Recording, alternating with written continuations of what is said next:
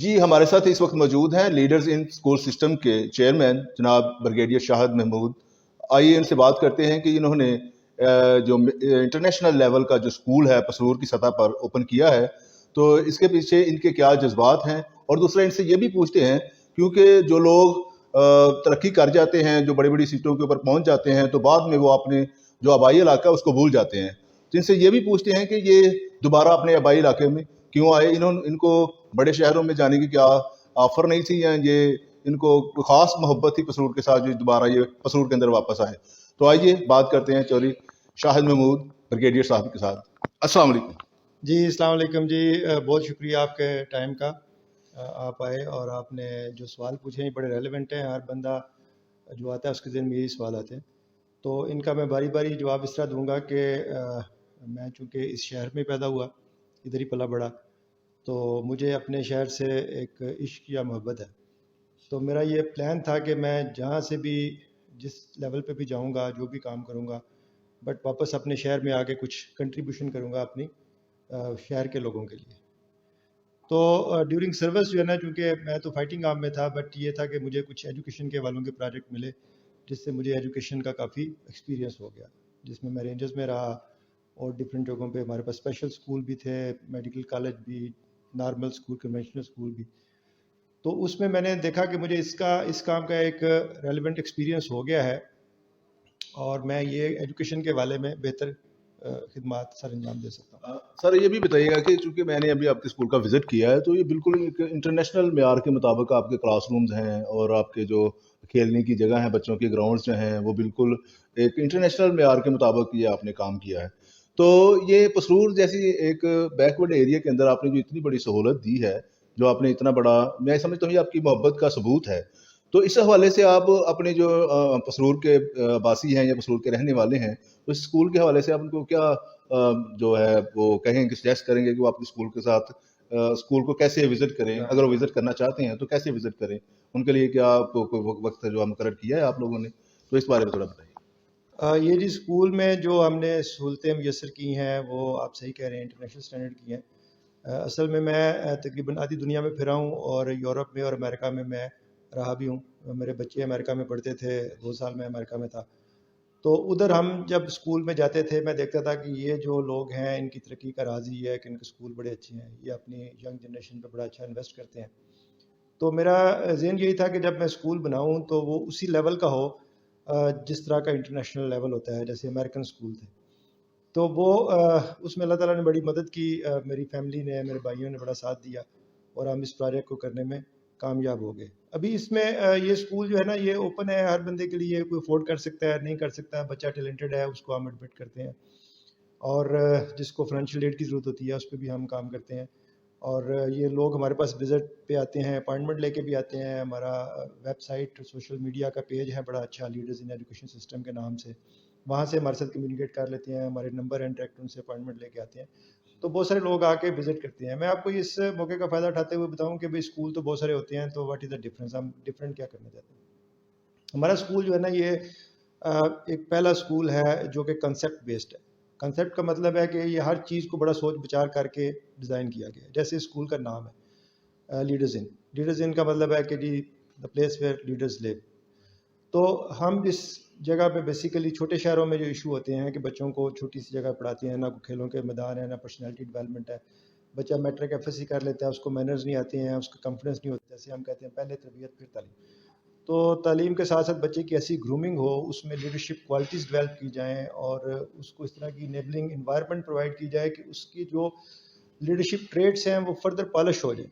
ہر انسان میں کیپبلٹی ہوتی ہے، ہر انسان میں ٹیلنٹ ہوتا ہے، بٹ یہ ہے کہ ہمارے چھوٹی جگہوں پہ جو اسکول ہیں وہ اس طرح بچے کی ٹیلنٹ کو ابھارتے نہیں ہیں، اس کو پالش نہیں کرتے، ان کی کوالٹیز کو نکھارتے نہیں ہیں. تو ہمارا یہ مین سٹے ہے ہمارے اسکول کا کہ ہم جو ہے وہ بچے میں قائدانہ صلاحیتیں، اس کی پرسنالٹی ڈیولپمنٹ، اس کی مینٹل الرٹنس، اس کی فزیکل فٹنس، ان ساری چیزوں کے اوپر ہم فوکس کرتے ہیں. اس لیے ہم نے اسکول کا نام جو ہے نا وہ ایک پری کیڈٹ اسکول سسٹم ہے، کہ ہم وہ فیسلٹیز جو کیڈٹ کالج 24 گھنٹے بچے کو رکھنے کے ساتھ پرووائڈ کرتے ہیں. ہم نے کہا کہ بھئی بچے گھر میں رہیں، ڈے اسکالر کے طور پہ آئیں، اور 5-6 گھنٹے ہمارے پاس گزاریں، اور ہم ان میں وہ چیزیں انکلکیٹ کریں جو نارمل کیڈٹ اسکول میں ہوتی ہیں. تو ایٹ دا اینڈ یہ ہوتا ہے کہ میں سب کو کہتا ہوں، میرے پاس پیرنٹ آتے ہیں کہ دیکھیں اگر آپ اپنے بچے کو کسی سرکاری اسکول میں بھی کسی جگہ پہ بھی داخل کروا دیں گے تو at the end of day وہ میٹرک بھی کر لے گا, اس کو لکھنا بھی آئے گا, اس کو پڑھنا بھی آئے گا, اس کو بولنا بھی آئے گا.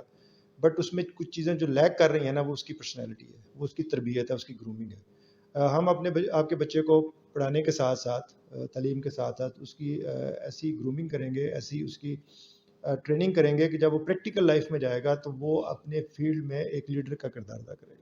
وہ آپ کی اپنی پروفیشنل لائف میں وٹ ایور, وہ آرمی افسر بننا چاہتا ہے, وہ ایئر فورس میں, وہ سول سروسز میں جانا چاہتا ہے, وہ ڈاکٹر, انجینئر, بزنس مین, کچھ بھی کرنا چاہتا ہے, تو اس میں وہ ایک ان بلٹ اسٹرینتھ اور کانفیڈنس ہوگا کہ وہ اپنے پروفیشن میں بہت اچھا پرفارم کرے گا. اچھا سر, یہ بھی بتائیے گا کہ آپ یہ جو سارے انتظامات ہیں آپ کی زیر نگرانی میں ہوتے ہیں, اور دوسرا یہ بھی بتائیے کہ جو فیس کا جو معاملہ ہے جو ہمارے جو والدین کے ساتھ اٹیچ ہے, دوسرے اسکولوں کی نسبت ہماری جو فیس ہے وہ کیا ہے؟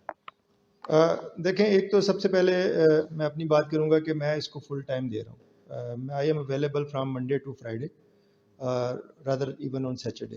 تو ویکینڈ پہ میں آف ہوتا ہوں, ویکینڈ پہ سارے اسکول بھی آف ہوتے ہیں. تو میں اس کو فل ٹائم دے رہا ہوں پچھلا پورے سال سے, اور یہ آئندہ بھی میری یہ بھی یہی ہے. ریٹائرمنٹ کے بعد تو میرے پاس اور کوئی کام نہیں ہے, تو میرا یہی پیشن ہے کہ میں اس ادارے کو ٹائم دوں.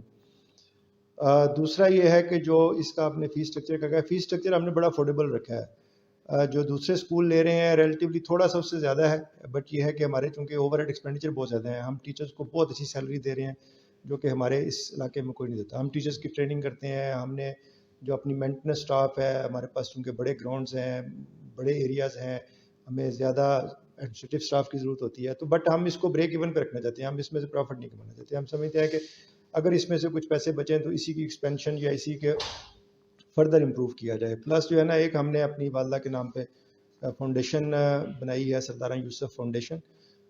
جو کچھ اگر بچتا ہے پیسہ تو اس میں ڈال دیں گے, اور وہ بیسیکلی یہی ہیلتھ اینڈ ایجوکیشن کو پروموٹ کرے گی. جو بچے فیس نہیں دے سکتے وہ اس فاؤنڈیشن سے اس کی فنڈنگ ہوگی, جن لوگوں کی ہیلتھ کی فیسلٹیز ہیں اس فاؤنڈیشن سے فنڈنگ ہوگی.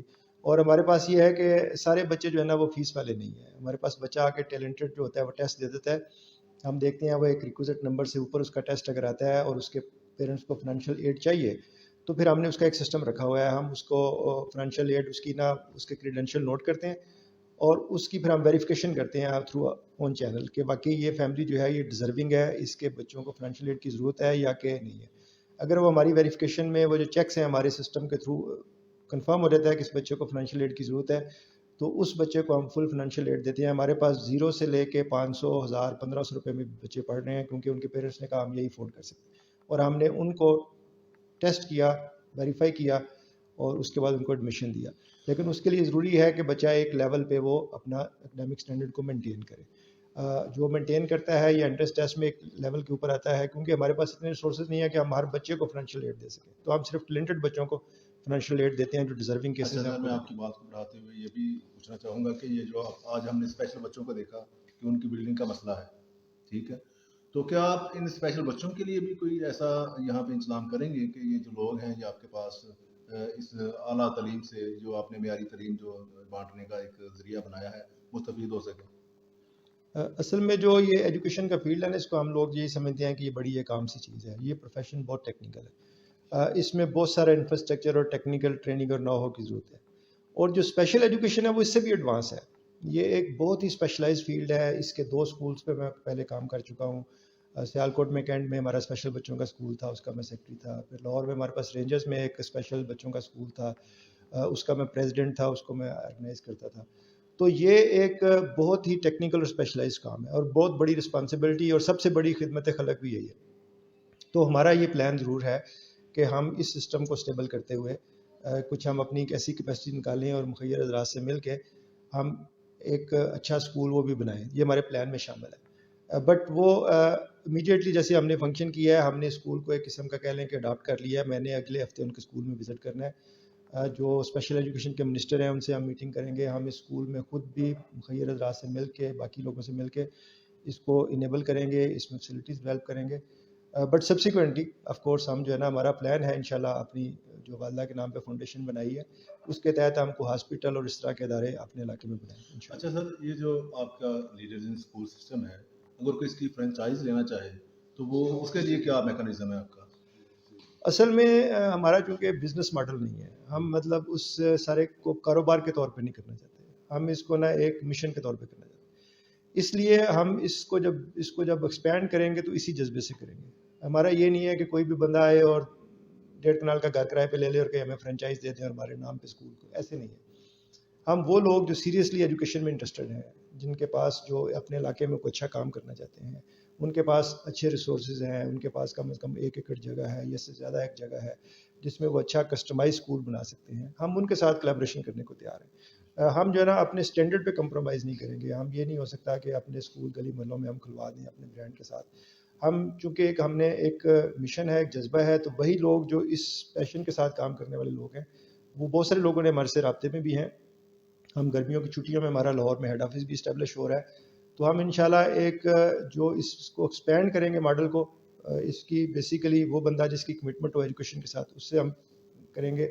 وہ بندہ جو اچھا اسٹینڈرڈ مینٹین کر سکے اور جو بندہ ہمارے اسٹینڈرڈس کے مطابق اس کو آپریشنائز کر سکے, ان کے ساتھ ہم ضرور کولیبریشن کریں گے. Thank you.